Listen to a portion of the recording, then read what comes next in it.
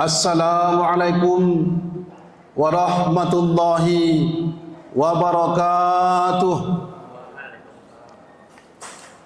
Alhamdulillahilladzi arsala rasulahu bil huda wa dinil haqq liyuzrahu 'ala ad-dini kullihi walau karihal musyrikun. Asyhadu an la ilaha illallah wa asyhadu anna Muhammadar Rasulullah. Allahumma salli ala Muhammad wa ala alihi wa ashabihi ajma'in. Bapak-bapak, ibu-ibu, saudara dan saudari jamaah salat zuhur yang dirahmati Allah Subhanahu wa taala. Marilah kita senantiasa bersyukur atas nikmat Allah Subhanahu wa taala, atas segala pemberian Allah Subhanahu wa taala kepada kita. Alhamdulillah, di siang hari yang berbahagia ini Allah Subhanahu wa taala masih memberikan kita kesehatan. Allah Subhanahu wa taala masih memberikan kita kesempatan, sehingga dengan nikmat Allah itulah akhirnya sampai kita di masjid yang kita banggakan ini dalam rangka beribadah kepada Allah Subhanahu wa taala sebagai wujud daripada tujuan penciptaan Allah Subhanahu wa taala. Wa ma khalaqtul jinna wal insa illa liya'budun. Tidak akan aku ciptakan jin dan manusia, kata Allah Subhanahu wa taala, kecuali untuk menghambakan diri, untuk beribadah kepada Allah Subhanahu wa taala.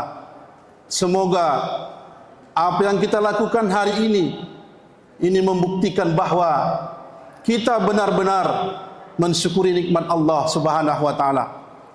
Kemudian mari kita berselawat kepada Nabi kita Muhammad Rasulullah sallallahu alaihi wasallam yang selalu kita iringi dengan bacaan Allahumma salli ala Muhammad wa ala ali Muhammad. Mari kita jadikan Rasulullah sallallahu alaihi wasallam sebagai uswatun hasanah bagi kita, sebagai contoh suri tauladan yang baik bagi kita dalam menjalankan segala aktivitas kehidupan kita, baik itu yang menyangkut ibadah kepada Allah Subhanahu wa taala ataupun yang berkaitan dengan hubungan sesama manusia. Semoga kita tetap istiqomah menjalankan sunnah-sunnah Nabi kita Muhammad Rasulullah sallallahu alaihi wasallam. Bapak-bapak, ibu-ibu, saudara dan saudari jamaah salat zuhur yang dirahmati Allah Subhanahu wa taala. Allah Subhanahu wa taala berfirman dalam surat As-Saffat ayat 10. Hal adullukum ala tijaratin tunjikum min azabin alim tu'minuna billah wa rasuli. Allah Subhanahu wa taala mengatakan kita akan diselamatkan oleh Allah Subhanahu wa taala dari azab siksa yang besar, azab siksa yang pedih. Maka dengan beriman kepada Allah Subhanahu wa taala, tu'minuna billah, kata Allah, beriman kepada Allah Subhanahu wa taala. Orang-orang yang beriman kepada Allah dan Rasul, maka dijamin oleh Allah Subhanahu wa taala mereka terselamatkan daripada azab siksa yang pedih, azab siksa yang besar yang nantinya diberikan Allah kepada orang-orang yang enggan beriman kepada Allah Subhanahu wa taala. Lalu bagaimana orang-orang yang beriman itu bisa kita rasakan dalam diri kita? Maka dalam Al-Quran surah Al-Anfal ayat 2, Allah Subhanahu wa taala menggambarkan tentang orang-orang beriman itu. Apa kata Allah Subhanahu wa taala? Iza zukirallah wajilat qulubuhum. Orang-orang yang beriman itu, kata Allah Subhanahu wa taala, ketika disebutkan nama Allah Subhanahu wa taala, maka gemetar hati mereka. Mereka takut dengan menyebutkan nama Allah Subhanahu wa taala. Ketika disebutkan nama Allah Subhanahu wa taala, maka mereka merasakan ketakutan, gemetar dalam hatinya, hati orang-orang yang beriman itu. Kenapa? Bukankah kita tahu Allah Subhanahu wa taala menciptakan 7 lapis langit, Allah menciptakan 7 lapis bumi, menjadikan segala sesuatu yang ada di lingkungan kita. Kita diberikan Allah Subhanahu wa taala kehidupan, kita diberikan Allah Subhanahu wa taala kehormatan dan segala macam. Maka ketika Allah Subhanahu wa taala ingin mengambil itu semua dari diri kita dengan sekejap saja, Allah katakan kun, maka terjadilah fayakun.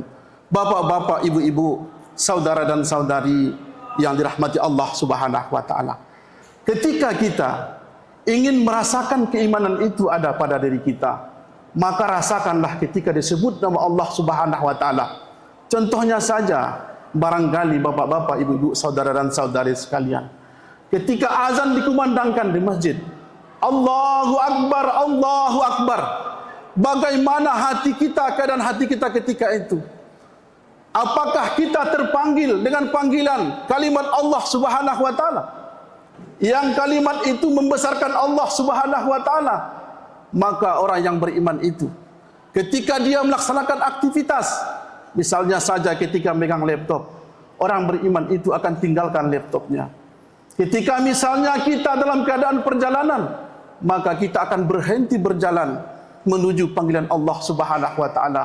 Begitulah orang-orang yang beriman itu, saking takutnya ketika mendengar nama Allah Subhanahu wa taala. Makanya Rasulullah sallallahu alaihi wasallam pernah mengatakan, "Ittaqillaha haitsuma kunta," kata Rasul.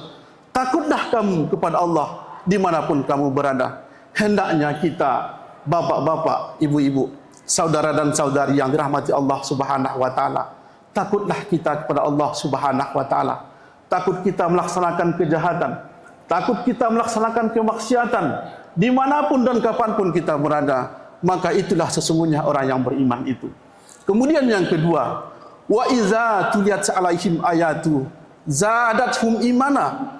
Kemudian orang beriman itu, kata Allah Subhanahu wa taala, ketika dibacakan kepada mereka ayat-ayat Allah Subhanahu wa taala, maka bertambah-tambahlah keimanan mereka. Mereka mendapat pengetahuan yang baru daripada ayat itu.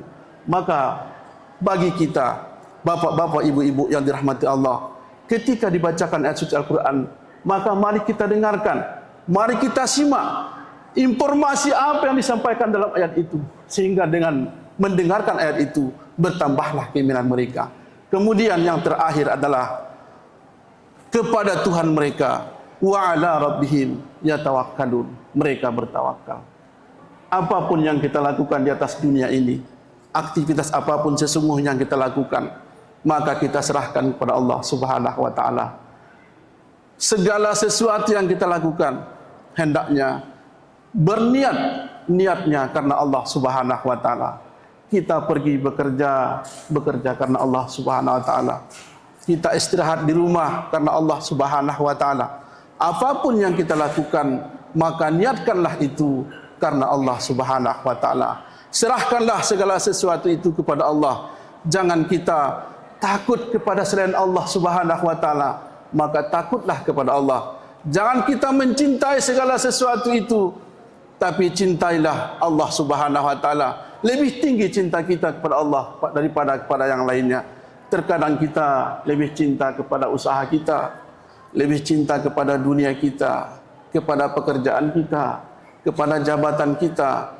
Tetapi dalam hal ini saya menghimbau kepada semua, marilah kita selalu bertawakal kepada Allah Subhanahu wa taala dimanapun kita berada. Semoga kultum kita pada siang hari ini bermanfaat. Billahi taufik wal hidayah. Assalamualaikum warahmatullahi wabarakatuh.